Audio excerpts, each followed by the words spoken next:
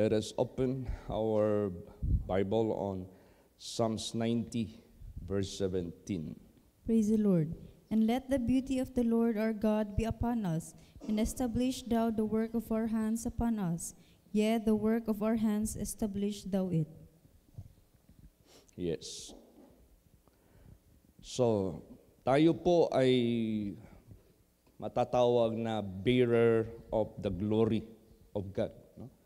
Tayo yung nagdadala ng kaluwalhatian ng Diyos. Nangyari nito in the absence of Jesus Christ, tayo ang gaganap. Kaya nga in Christ instead, we are asking the people, be reconciled unto God. So ganun din ang glory of the Lord. Tayo ngayon ang magbibit-bit nito sa mundong ito. Kung sinabi dyan, nung pumunta si Lord Jesus sa sanglibutang ito, yung sinabi doon na in the beginning was the Word, and the Word was with God, and the Word was God, and the Word became flesh and dwelt among us, and full of glory of the only begotten Son of God. Nung si Lord Jesus pumunta sa sanglibutang ito, dala-dala niya yung glory of God. Ngayon wala na siya sa physical, tayo na naman ang magdadala nito. Dito na naman sa atin makikita yung glory of the Lord or beauty of the Lord. At kinakailangan hindi na ito mawala sa buhay natin. No? Hindi na ito mahinto. Kailangan ma-establish na ito. Kaya sinabi dyan, establish thou the work of our hands upon us. Yea, the work of our hands, establish thou it. Ano pala yung work of our hands? Dala-dala natin yung glory of the Lord. Dala-dala natin yung beauty of the Lord. Na kinakailangan shall be also upon them. Na kailangan din ito makarating sa iba. Kailangan din ito mabahagi doon sa iba. Kung paano binahagi ni Jesus Christ ang glory of the Lord sa atin, ganun din natin ibabahagi ang glory of the Lord sa iba. Ngayon, tayo yung target ng kaaway. Hindi ko talaga makalimutan, bago pa ako dumating dito sa banal na dako, every night akong inaatake ng dyablo. Every night akong binabangungot. Halos every night. Nakaka-alpas lang ako, nakaka-escape lang ako pag naka-rebuke ako sa pangalan ni Lord Jesus Christ. Yung pala, pag ang tao pala ay tatanggap ng kaluwalhatian ng Diyos, ang masamang espiritu, galit. No? Ang masamang espiritu, i-hate ka. Maaari lang wala na sa iyo yung glory of the Lord para wala na magdadala ng glory of the Lord sa mundong ito. Para siya na yung magsira ng buhay ng tao, siya na yung magpahamak sa buhay ng tao, yung tao wala nang makitang liwanag ng Diyos. Eh kung ikaw ang bearer, tagapagdala ng beauty, ng glory of the Lord, eh siyempre ang mangyayari ngayon yan, sinasalungat mo yung gawa ng dyablo. Kung paano sinabi dyan, nag-appear si Jesus dito to destroy the works of the devil. Ganun din sa atin. Pagdala natin yung glory of the Lord, beauty of the Lord, dinidestroy natin yung gawa ng dyablo sa mga buhay ng tao. So ang magre-react nito ang masamang espiritu. Normal lang yan. Lahat ng paraan ng masamang espiritu, hahadlangan ka. Lahat ng paraan, kung maaari, tirisin ka. Lahat ng paraan, kung maaari, aatras ka na. Lahat ng paraan, kung maaari, ma-discourage ka na. O, diba, grabing ginamit sa pamilya ko noon, nung bago pa ako. Ginamit yung buong pamilya ko talaga. Despise dito, despise doon, makiri dito, makiri doon. Yung mga words na talagang masaktan ka talaga. Pero, to God be the glory, in-establish ng Diyos. yung aking nakitang kaluwalhatian ng Diyos in-establish. So ganun din sa buhay ninyo, buhay natin, dapat ma-establish yan. Pag sinabing ma-establish, mapagtibay, hindi na matitinag, hindi na basta-basta yan. Dadalhin na natin yan hanggang sa kamatayan. So yung glory of the Lord na yan, saan natin yan makukuha? Basahin natin, Psalms 27, verse 4. Praise the Lord. One thing have I desired of the Lord, that will I seek after, that I may dwell in the house of the Lord all the days of my life, to behold the beauty of the Lord, and to inquire in His temple. Yan. Bakit masyado niya itong inaasam-asam o hinahanap yung beauty of the Lord? Bakit? Anong meron dyan? Sinabi dito, one thing have I desired of the Lord, that will I seek after, that I may dwell in the house of the Lord all the days of my life, to behold the beauty of the Lord, and to inquire in His temple. Kung baga pa kay David, sukat na sa kanya, enough na sa kanya, yung isang bagay na yan na hinihingi niya sa Diyos, na makapasok siya sa house of the Lord dahil masisilayan niya ang beauty of the Lord. Hindi lang kayo masilayan, kundi para makopy-paste niya, mapapasakan niya rin, let the beauty of the Lord be upon you. No, how could you have the beauty of the Lord? Paano mo maangkin yung beauty of the Lord if you don't have any idea what is the beauty of the Lord? So, para masilayan mo yung beauty of the Lord, dito mo makikita sa loob ng sanctuary. Dito mo makikita yung greatness ng Diyos, yung pagiging creator niya, yung pagiging everlasting strength niya, yung everlasting glory, everlasting riches, yung kanyang everlasting love, yung kanyang mercy, yung kanyang loving kindness. Ang dami mong makita, ang dami mong masilayan sa loob ng bahay ng Diyos, the beauty of the Lord. At lahat ng mga katanungan natin sa buhay natin, dito lahat niya sasagutin.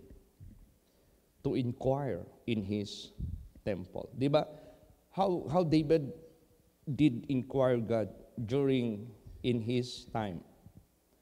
Pag may mga nasa difficulties situation siya, you know, Ziklag, where they camp, no, nagkampo sila doon, tapos kinidnap yung kanyang mga sakop, mga babae, mga asawa ng mga lahat, mga sundalo lang kasi yung malis naiwan yung pamilya nila, mga anak, mga asawa nandoon.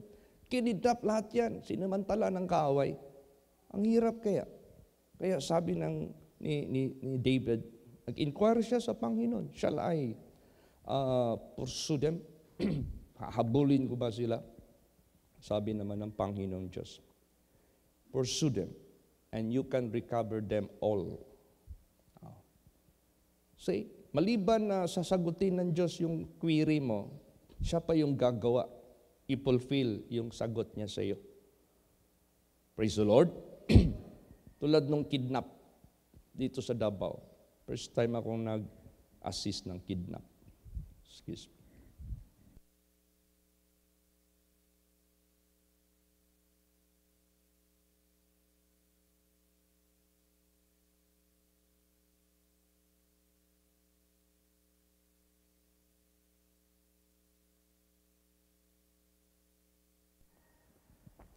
Example lang yung kidnap. 7 araw na nawala ang anak nila. Anak ng Bayhon family. May kaya din itong pamilya na ito.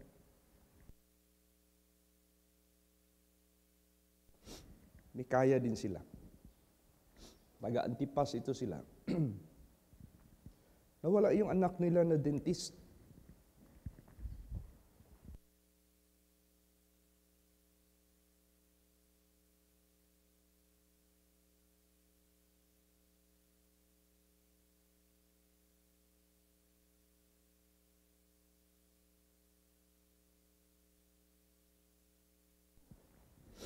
Yung anak nila na dentist, 7 days nang nawawala. So yung parents, sinuyod na nila. Ang Cotabato, ang mga red spot ba, na posibleng may mga kidnappers, wala doon. Hanggang dumating ang panahon, pinuntahan nila yung mga bahay ng mga former boyfriends niya, baka nagtanan. Wala rin. So until ito si Bradigol, yun ang nag-testimony. Kasi yung Bayhon family na yan, amo niya yan noon sa Antipas. Siya yung operator ng kanilang laging business. Si Bradigol, magaling yan mag-estimate ng mga katayo ng mga punong kahoy. Siya yung mag-estimate kung ilan ang makukuhang pedidos kasi meron silang bansuhan. So, empleyado yan. So, ito si Bradigol nag-share, ma'am. Bitahin natin yung pastor namin, ma'am. Mag-prayer tayo dito. Malaking problema pala ninyo. Nawala pala yung anak ninyo. Hindi nyo malaman saan na ngayon. So, yun. Nagdala ako ng visionary. Nagdala din ako ng magpaprapisi. Si Sister Emma dinala ko doon. Kasi medyo serious talaga. Pinakita. Buhay yung anak niya. Dinala sa isang remote area na huni lang ng ibon ang maririnig at tilaok lang ng manok. So it is a rural area. Ngayon, pinakita kung anong nangyari. Nirewind ba? Walking duster lang siya, pumunta ng Victoria Plaza, walang dalang bag, meron lang maliit na bulsa, meron lang siyang bilhin na doon. Tinabihan ng 2 tao na naka-jacket. Tinutukan na ngayon ng patalim siguro, hindi na siya nakakibo. Sumama na siya hanggang sinakay ng van, tinakbo ng malayong lugar. Pinapakita pa doon kung anong pinapakain sa kanya. Pinapakain na sa kanya hard-boiled na egg at saka piece of bread. Sabi ko, ma'am, buhay yung anak mo. She was kidnapped. Tapos as ako ng revelation, ang binigay ni Lord Jesus Christ, John 14:1. Pagbasa ko, let not your heart be troubled, neither let it be afraid. Believe in God, believe also in me. So, assurance. Pag magsabi ang Diyos na huwag kang mabahala ni matakot, maniwala ka sa Diyos, maniwala ka rin sa pinadala ko. Buo ang panampalataya ng misis. So, second service, third service na sana, tinawagan kami. Tinawagan ako. Brad, postpone mo na yung service sa bahay. Kasi may tumawag kay mama na emergency daw. Yung pala, yun na yung release. Nakita yung anak niya, nandoon sa Kidapawan banda, naka-blindfolded at nakakatali yung kamay. Pero buhay. Ay, kinuha ka agad. Si Jinky Bayhon, pangalan. So, yun. Mag-inquire ka sa Diyos. Talagang bigyan ka talaga ng ng detalye. At alam niya kung ano ang magiging afterwards, mamaya. After na ba? Isabihin niya talaga. Kaya ganun, sa buhay natin, mapalad tayo na meron tayong opportunity na lalapit sa Diyos na anumang tanong natin sa Kanya, sasagutin niya tayo. Praise the Lord. Tsaka bakit gustong-gusto ni David na makita talaga yung glory of God dito sa house of God? Kasi dyan natin matatamasa o ma-obtain yung salvation natin. Pag yung face ng Diyos, yung glory ng Diyos, walang maging balakid sa buhay natin dahil na-reconnected tayo sa Kanya. Anong reconnected? From being sinner, was forgiven, and was guided to the path of righteousness, we are being reconnected to God. So, salvation is being attained because the face of God already shining upon you. Wala nang wala nang balakid. Di ba? Pag nasisilawan tayo sa ginagano natin. Pag nag-shine yung ilaw o glory ng Diyos sa mukha mo, walang walang balakid. That is salvation. Basahin natin. Psalms 80, verse 3. Praise the Lord.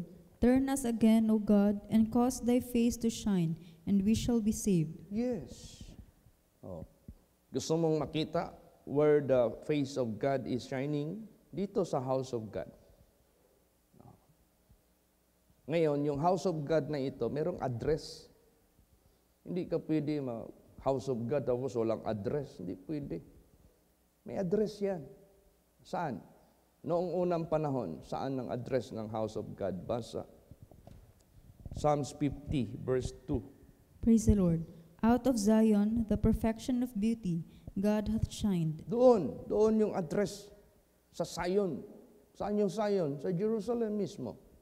Out of Zion, the perfection of beauty, God hath shined. Praise the Lord. So yung ating house of God, yung simbahan, may address talaga yan. Ba't alam mo kung saan address yan? Saan ka pupunta? Purok 7, Takunan, Tugbok District, Davao City. Matutunan mo dito. Yan, may address kung saan ka magpunta. Kung saan mo makita yung the face of God hath shined na sumisinang o kumikinang o nagsashine na a face of God, yung beauty of the Lord. Kaya sa buhay po natin, kailangan talaga natin na tulad nito, every morning tayo nagde-devotional by the grace of God. Maga pa lang, silayan na natin yung kaluwalhatian ng Diyos. Basahin natin. Psalms 110, verse 3. Praise the Lord. Thy people shall be willing in the day of thy power, in the beauties of holiness from the womb of the morning. Thou hast the dew of thy youth. Yes.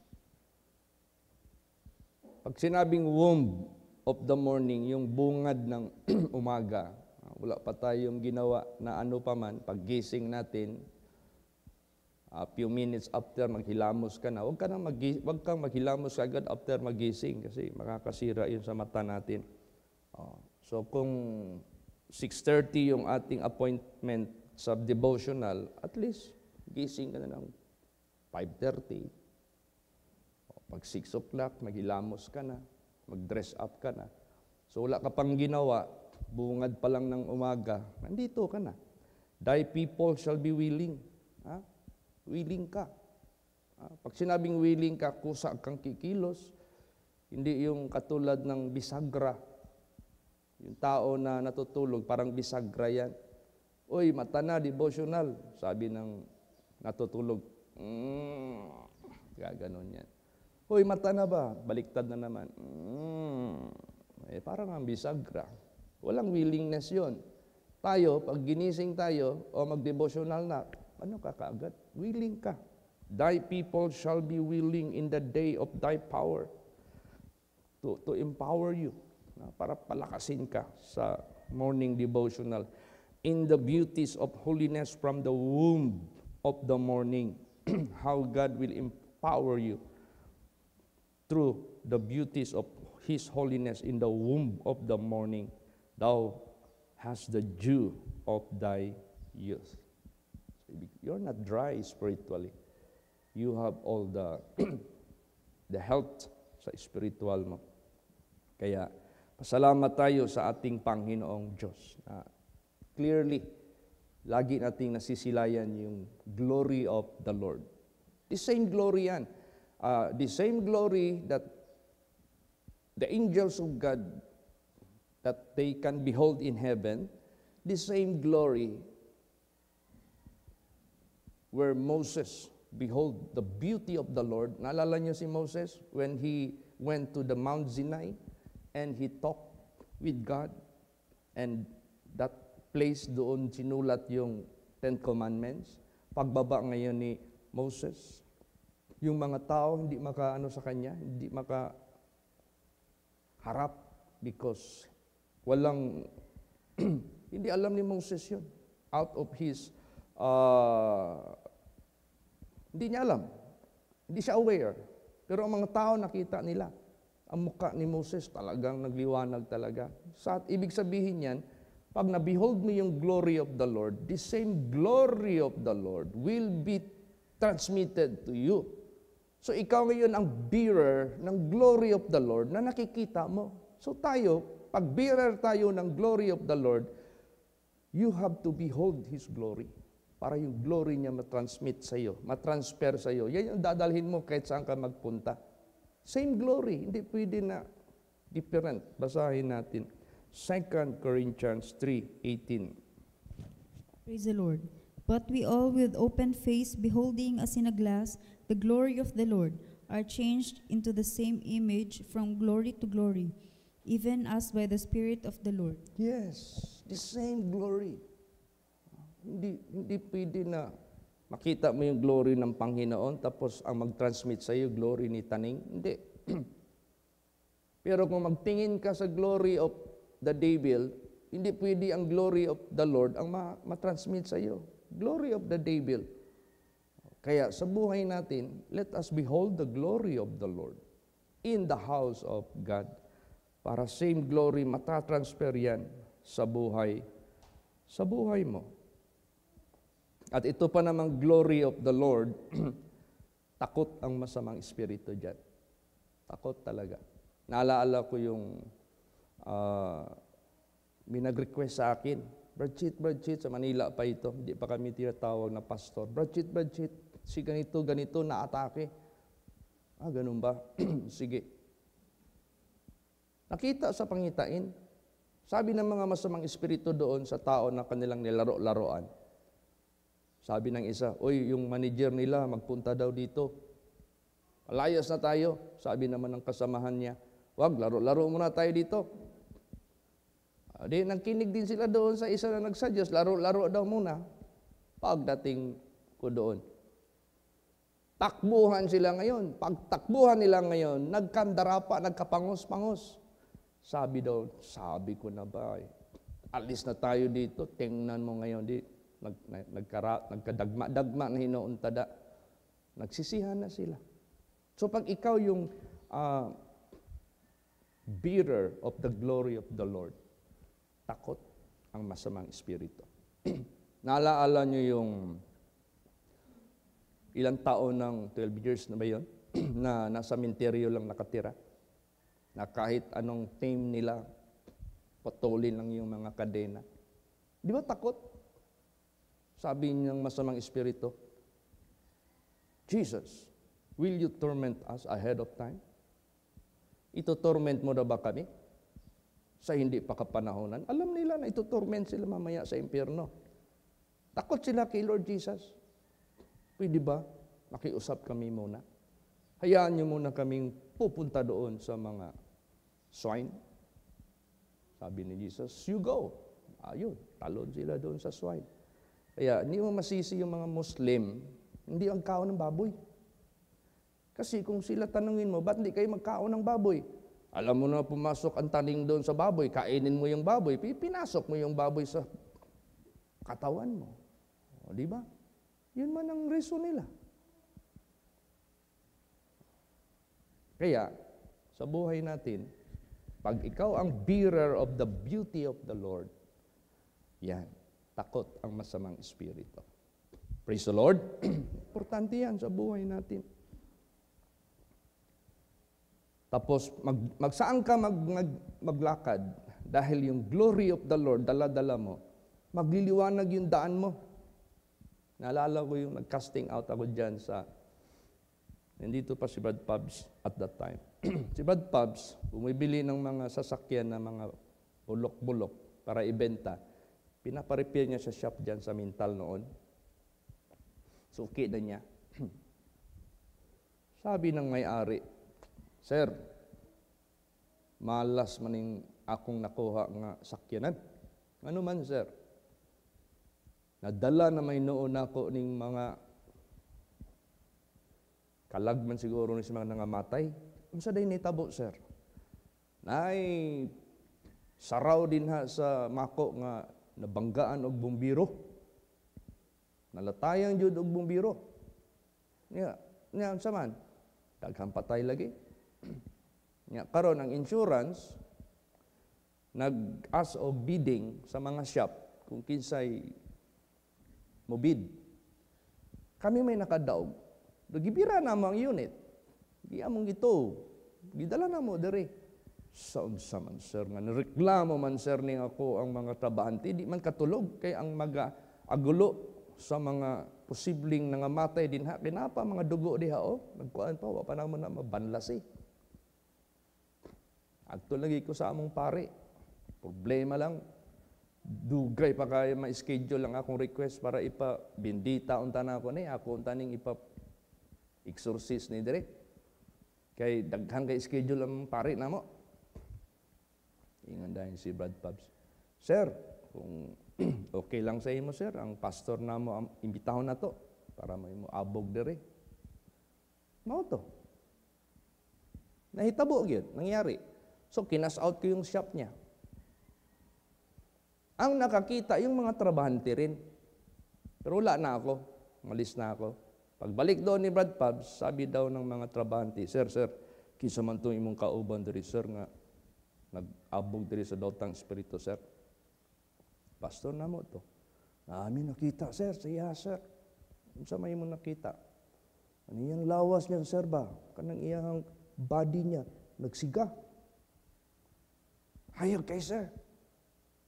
See? Sometimes, hindi natin yan pansin, parang si Moses, hindi mo yan, you are sometimes unaware that the glory of God is already shining upon the people of the world. Yung nag-preach ako sa Batangas, bata ang pinakita. Sabi ng bata, Tita, si Kuya Chito, kanina habang nagpipreach, may nakita akong ilaw na parang fluorescent na tama lang talaga sa crown ng kanyang ulo, pero naka-elevate konti. Tapos kung maglakad, saan siya maglakad? Sumusunod yung crown na liwanag. Glory of the Lord yan. Ganon din dyan sa inyo. I don't believe na wala yan sa inyo. Praise the Lord. Lagi kayong nagsisimba, lagi kayong humaharap sa salita ng Diyos. Nandiyan yan sa inyo. Kaya ingatan natin yan. Para sa ganon, lagi tayong liliwanag saan man tayo pupunta. Amen? Praise the Lord. Basa pa, Job 22:28. Praise the Lord. Thou shalt also decree a thing, and it shall be established unto thee, and the light shall shine upon thy ways. Yan. Anong i-decree mo na bagay, ma-establish yan. Ako as a pastor, anong i-decree ko? Gagaling ka, o gumagaling sila.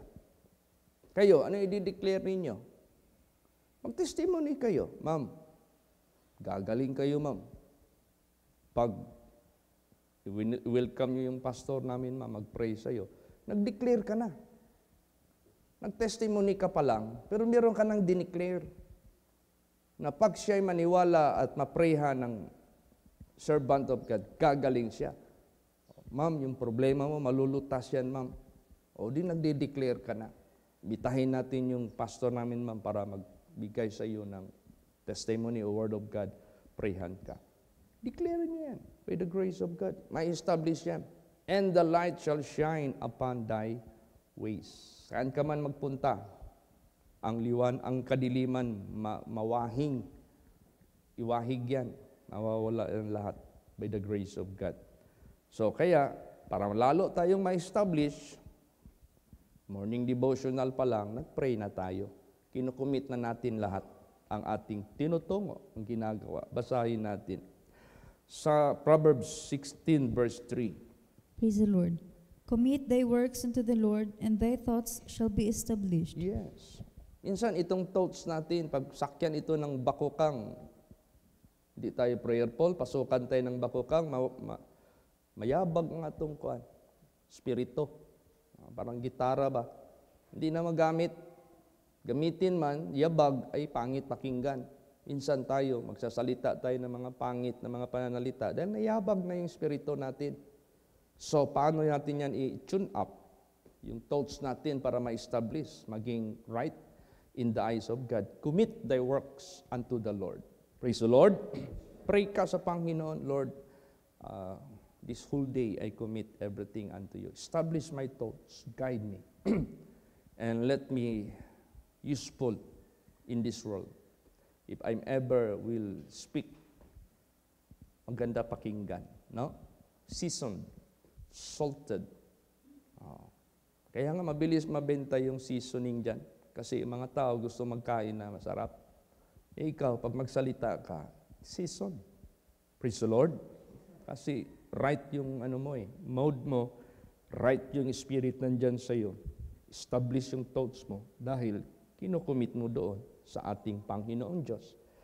Alam mo, importante sa buhay natin, meron tayong kapayapaan. Amen? Praise the Lord. Minsan sa magmantiayon, minsan nagkakaroon ng war. So anong gagawin ng mga couples katulad natin? Balik ka agad yung natin, concentration. Lord, forgive me. Parang nakasalita ako sa asawa ko, kaya na masakit. Ikaw naman asawa, Lord, forgive me. Para ding na-insulto ko yung husband ko. Masyado akong hurts magsalita sa husband ko. Parang hindi ko siya husband. Parang tingin ko na sa kanya, trapo na. Lord, patawarin mo ako. Lord, patawarin mo ako. Ang tingin ko sa husband ko, parang nalang tuta. Diba, nandyan naman yan sa Bible na treat your husband as your Lord. Yan. Diba? Ikaw naman din, husband, Lord, patawarin mo ako. Nandiyan pa naman yan sa Bible na kung saktan ko yung asawa ko, mahadlangan yung prayer ko, kahit sa salita, dapat hindi ko pala siya saktan. Yan. So, mag-ask ng forgiveness. Para yung peace ma-establish. Praise the Lord. Para yung Spirit of God nandyan. Where the Spirit of the Lord is, there is peace. Basahin natin ang Isaiah 26:12. Praise the Lord. Lord, thou wilt ordain peace for us, for thou also hast wrought all our works in us. Ayan, Lord, thou wilt ordain peace for us. Thou hast wrought all our works in us. Ano yung wrought all our works? Ano yung wrought? Hindi yan past tense ng right hand. Wrought means to say that is from the word work. Siya yung gumagawa ng lahat ng mga gawa sa buhay natin. Meaning to say, the step of a good man are ordered, or the steps of the good man are ordered by the Lord. He wrote. Siya yung nagmamanage sa atin. Siya yung nagpipiloto sa atin. Siya yung nag-guide sa atin. So sa ating paging prayerful, paging watchful, pati yung pananalita natin, wrought by God. Amen? Praise the Lord. Para may peace, ma-establish yung peace sa magmantiayon, sa magkapatid, sa bawat relasyon natin sa sanglibutang ito. Meron tayong peace, meron tayong kapayapaan. Kaya napakabuti. Alam mo, ang Diyos ang nagpapag-grow sa atin. Ano mang gawin natin sa sanglibutang ito? If God will not let us grow, we shall never grow. Kahit ano pang pagsisikap natin. Kahit ano pang gagawin natin sa mundo, if God will not cause us to prosper, we shall not prosper. Di talaga. Last verse, basahin natin. 1 Corinthians 3:7. Praise the Lord.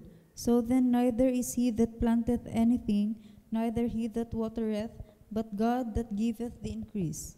Yan. See? Hindi kay siya na nagtanim o kaya nagdilig. Ang matatawag nating naghatid ng growth, but God giveth the increase. Siya yung nagbi-bless. Siya yung nagko-cause ng mga blessings. Kaya purihin natin ang ating Panginoong Diyos. Remember, we are the bearer of the glory of the Lord. Saan man tayo magpunta, we should have in a good mode. Dapat good mode ka. Nandyan yung peace, nandyan yung tranquility, lahat. So i-pray natin mamayang gabi kasi last night vigil na, no? Sa wake ni Sister Bonya or Sister Banji.